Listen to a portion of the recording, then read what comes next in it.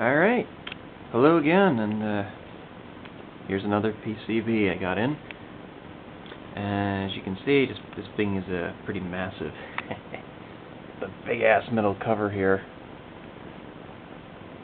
which I took off. But yeah, this is Gradius IV, and it runs on Konami Hornet PCB, which, I mean, as you can tell, isn't too complicated. I mean, it's basically an IBM Power PC CPU, and the second board is all for the graphics, and it's pretty much just a 16 meg Voodoo 2. Yeah, Voodoo 2, that brings back memories. So, I mean, as you can see, it's got this big giant metal case, fan,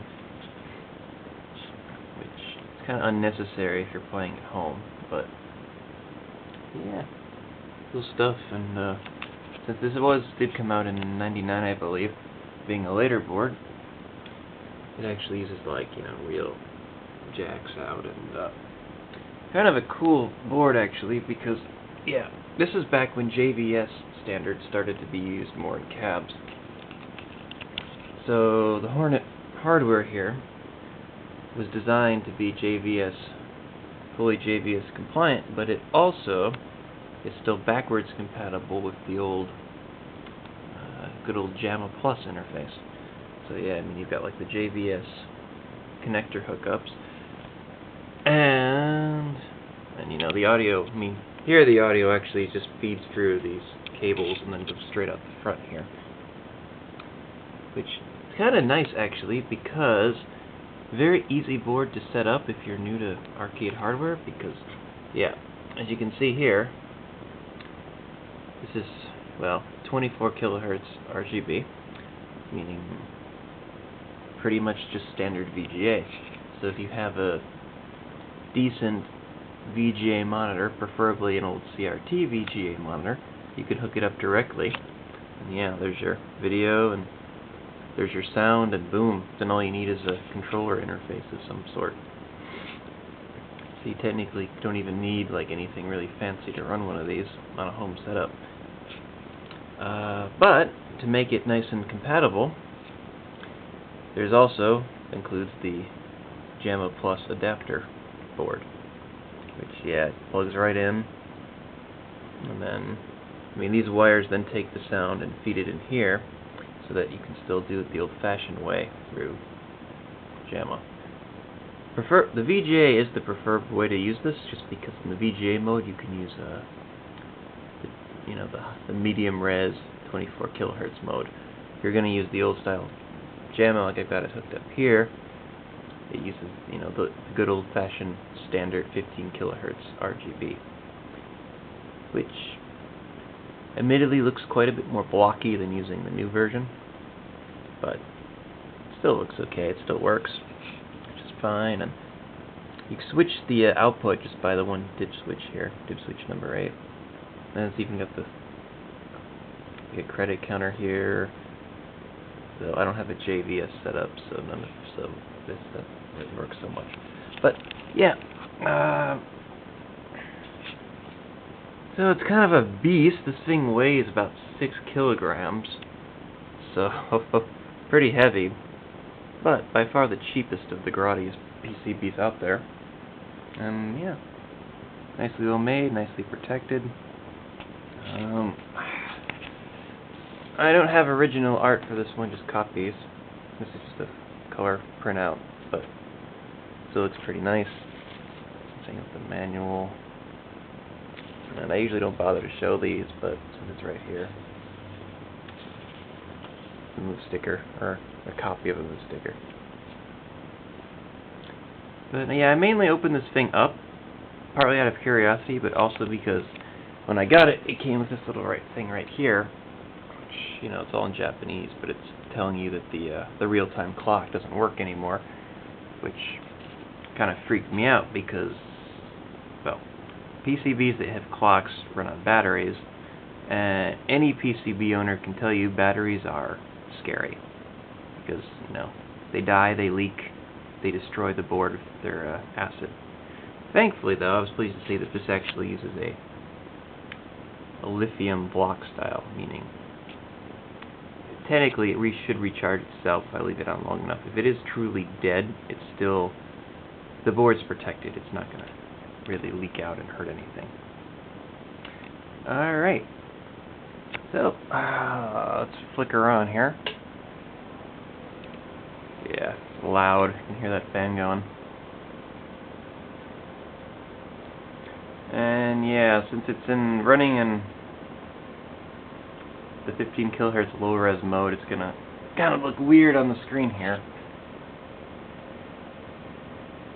But yeah, it's really meant to take advantage of the VGA, which is something I'm definitely working on. Alright, let's speed it up here.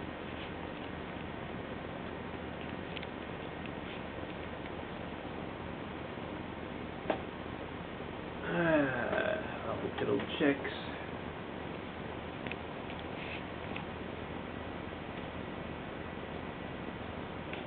Yeah, JBS not found. Yeah, the clock's not working. Get the batteries dead. And here we go.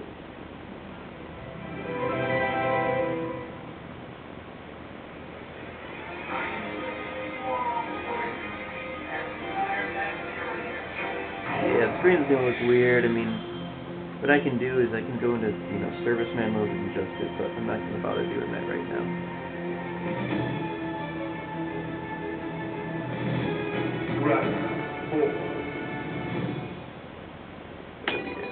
Select your force. I stuck with them, but in this game the vertical mines are by far the best weapon.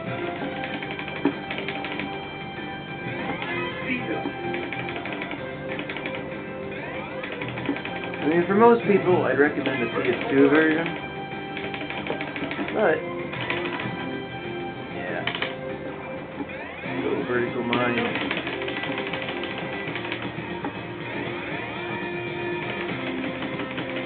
Are the best weapon in this game. That's my biggest negative about this one. It's a bit unbalanced. Some of the weapon selections are pretty useless, especially compared to the pretty much one-hit kill mines.